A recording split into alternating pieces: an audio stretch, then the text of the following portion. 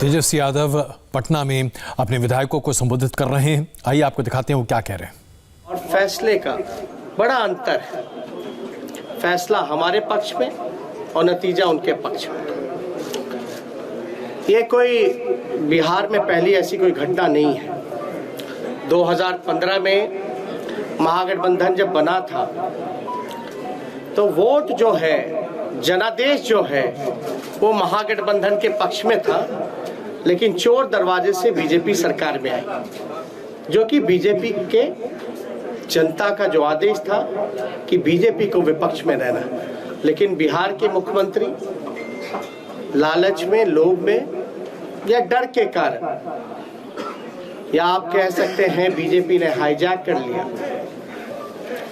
BJP की सरकार रही, कहा जाता है डबल इंजन की सरकार, लेकिन पूरे चुनाव में हम लोगों ने जो सही मुद्दा था, जो जनता का मुद्दा था, चाहे सरकारी नौकरी रोजगार के सवाल पे, गरीबी, भूखमरी, पलायन, मजदूर, किसान, शिक्षा, चिकित्सा, या आप कह सकते हैं नियोजित शिक्षकों की जो समान काम समान वेतन, या स्वयं सहायता समूह के मानदेय की बात रही हो, नौकरी की बात रही हो, उसको लेकर के हम लोग बड़े सकारात्मक रूप से हम लोगों ने मुद्दा बनाया। और मुझे खुशी है कि जनता ने हम लोगों का साथ दिया और उस मुद्दे पे चर्चा हुई। और मैं अभी भी कहना चाहता हूं कि देश का, बिहार का ही नहीं बल्कि देश का युवा, मजदूर, किसान, स्वयं सहायता समूह, जीविका दीदी हो, आंगनबाड़ी हो, आशा वर्कर हो, विकास मित्र हो, नियोजित शिक्षक हो, जो हमारे श्रमवीर रहे हो, आज सब लोगों में आक्रोश है। आक्रोश इस बात का, धन बल छल, धन बल छल। एक तरफ देश के प्रधानमंत्री, बहुत ही शक्तिशाली प्रधानमंत्री, और एक बिहार के मुख्यमंत्री, तमाम पूंजीपति एक तरफ रहे, जोड़ भाग गुना सब कुछ करने के बावजूद भी इस 31 साल के नौजवान को रोकने में नाकाम रहे। तब जाकर के जो बीजेपी का जो प्रकोष्ठ है, आप प्रकोष्ठ भली भांति समझ सकते हैं कि बीजेपी का प्रकोष्ठ कौन है। बीजेपी के प्रकोष्ठ ने जोड़ भाग गुना सब कुछ किया, फिर भी राष्ट्रीय जनता दल को सिंगल लार्जेस्ट पार्टी होने से रोक नहीं पाई।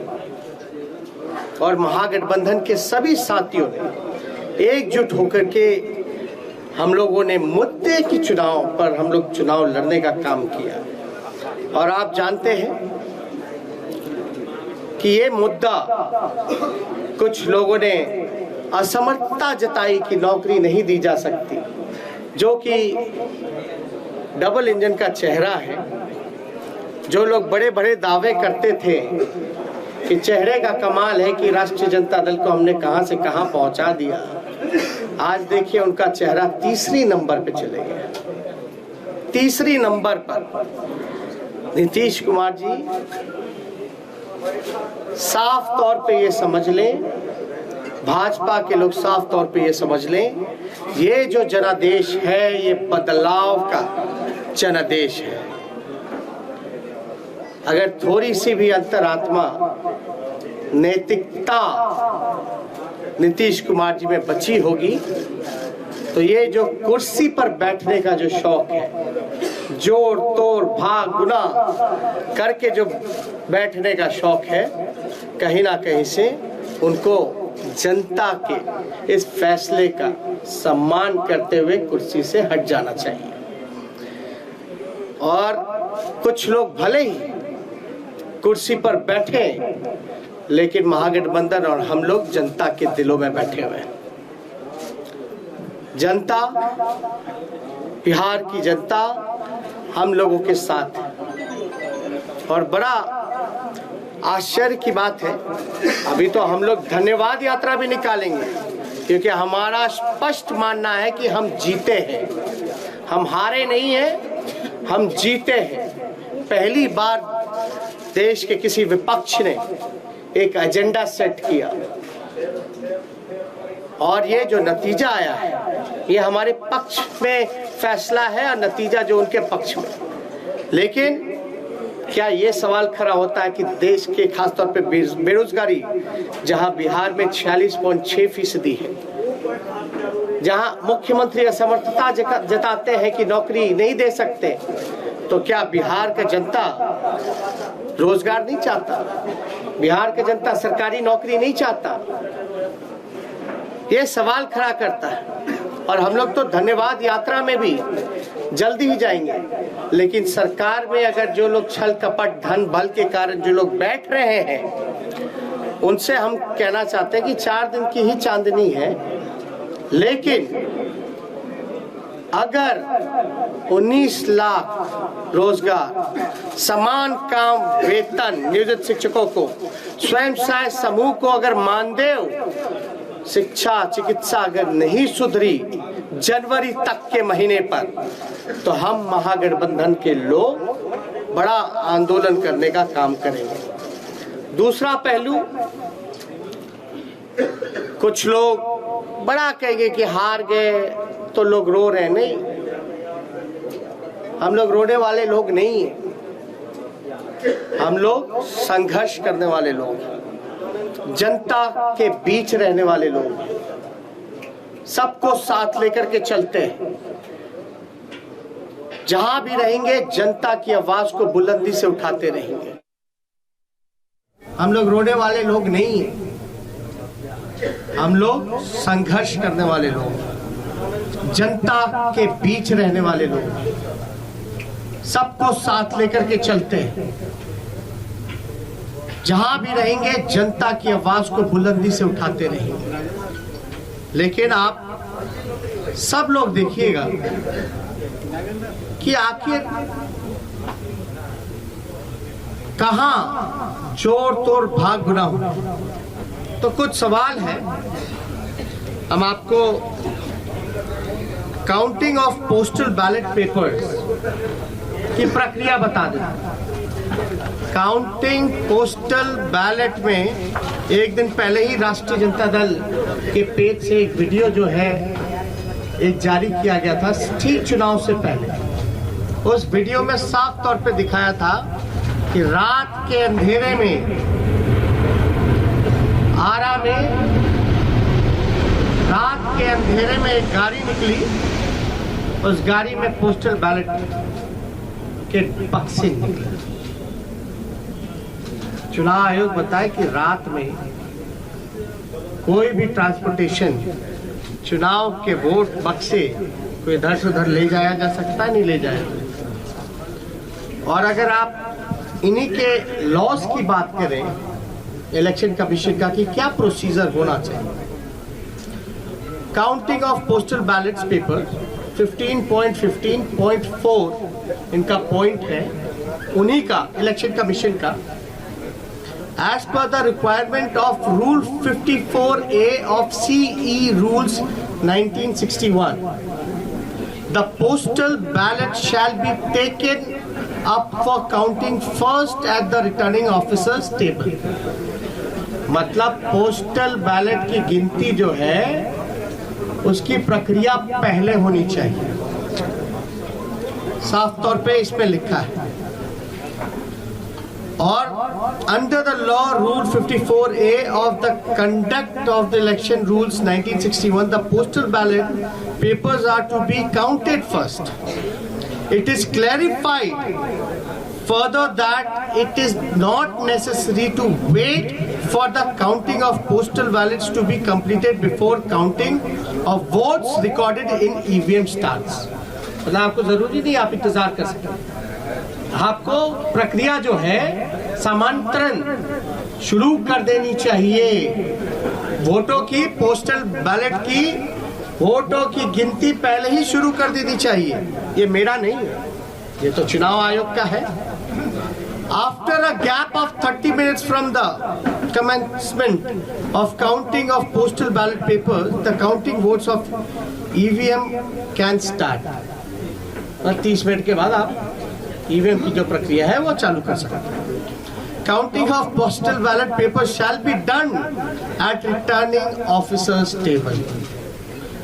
All postal ballot papers received by returning officer should be brought before him/her. Only such postal ballot papers are received before the hour fixed for commencement of the counting shall be counted. तो इसमें साफ तौर पे ये जिक्र किया गया है कि प्रक्रिया जो है पोस्टल बैलेट की पहले होनी चाहिए, और जरूरी नहीं है कि आप जो है पहले ईवीएम के ही करिए. आप पोस्टल बैलेट पहले काउंट कीजिए, उसके 30 मिनट बाद आप ईवीएम की गिनती चालू कर सकते हैं. एक और है 15 पॉइंट, पेज नंबर 260 में जाके देखिएगा. In case the victory margin is less than total numbers of postal ballot received, then there should be a mandatory re-verification of all postal ballots in the presence of observer and the RO. All the postal ballots rejected as invalid, as well postal votes counted in favor of each and every candidate shall once again be verified and tallied. The observer and the RO shall record the finding of re-verification and satisfy themselves before finalizing the result. The entire proceedings should be videographed without compromising the secrecy of ballot, and the video cassettes CD should be sealed in a separate envelope for future reference. इसमें साफ तौर पे है कि आप चाहे postal जो invalid हो या वैलिड हो, आपको ऑब्जर्वर और इन सब के सामने जो है वीडियोग्राफी करा करके इसका सीडी भी जितना वीडियोग्राफ्ड है, कैसेट्स है, इन सब को सील करके रखा जाए. और ये सील का जो ड्यूरेशन होता है ये बड़ा इंटरेस्टिंग है. चुनाव नतीजे के 40 दिन तक इलेक्शन कमीशन को ये अनुमति है कि वो पोस्टल बैलेट्स को जो है सील रख सकते हैं. आप शिकायत जो होगा आपको सेटिस्फाई करना है. You have to satisfy all the candidates whether if they have doubts, because ये इलेक्शन कमीशन की ड्यूटी है. अब एक और इंटरेस्टिंग डेटा आप लोगों को हम बताना चाहेंगे. एनडीए को जो कुल वोट मिला 1,57,728. मैं दोहरा दूं, एनडीए का जो कुल वोट है 1,57,728, जिसका प्रतिशत निकल के आता है ऑल ओवर चुनाव का 37.3. महागठबंधन को वोट जो मिले 1,56,88,458. 1,56,88,458 जो कुल प्रतिशत महागठबंधन का निकल के आता है वो 37.2. हमें मिले 37.2 और एनडीए को मिले 37.3, यानी 1 पॉइंट का अंतर है. 0.1 का अंतर है, जो कि अगर वोट में अगर कन्वर्ट करें तो ये 12,270 वोट का अंतर, यानी एनडीए और महागठबंधन का कुल वोटों का अंतर 12,270 का है. अब 12,000 में वो उनको 15 सीट लीडिंग पे है, आगे है. ये आश्चर्य की बात है कि 12,000 में वो 15 सीटें जीत गए. और याद कीजिएगा, अद्भुत आंकड़ा हम आपको और भी देंगे कि पोस्टल बैलेट्स वोट कौन देता है? जो सर्विस में है, ज्यादातर शिक्षक लोग हैं जो कि एजुकेटेड हैं, वो लोग हैं जो अब जागरूक लोग हैं, जो जानते हैं कि वो पोस्टल से भी मतदान कर सकते हैं। और कई लोग ऐसे होंगे जो कई बार पोस्टल से मतदान किया गया होगा, एनवलप में करते हैं, बैलेट पे करते हैं। यानी जो जागरूक व्यक्ति है वही ये काम कर सकता है। आप एक पोस्टल को आप रिजेक्ट कर देते, और एक रिजेक्ट समझ में आता है, 10 रिजेक्ट समझ में आता है, 50 रिजेक्ट समझ में आता है। आप 900 पोस्टल वोट रद्द कर रहे हैं, 700 पोस्टल वोट रद्द कर रहे हैं, 500 पोस्टल वोट रद्द कर रहे हैं। और रद्द हो रही है तो ये चुनाव के उम्मीदवार का जिम्मेवारी तो नहीं है। तो आप सुन रहे थे तेजस्वी यादव को, जो सवाल उठा रहे हैं पोस्टल बैलेट पर, और उन्होंने कहा है कि जो मतों का अंतर था, जिसका जो मतदान मिले हैं महागठबंधन को और साथ ही साथ एनडीए को, उसमें सिर्फ 12,000 से कुछ ज्यादा वोटों के हैं और 0.1% से ही एनडीए आगे हैं। बहरहाल आपको बताते हैं कि बंगाल में किस तरह से बवाल हो रहा है, चुनाव होने जा रहे हैं अगले साल, ठीक उससे पहले यहाँ पर जो चुनावी माहौल है गर्म हो चुका है। क्या हो रहा है, ब्रेक के बाद आपको बताएंगे।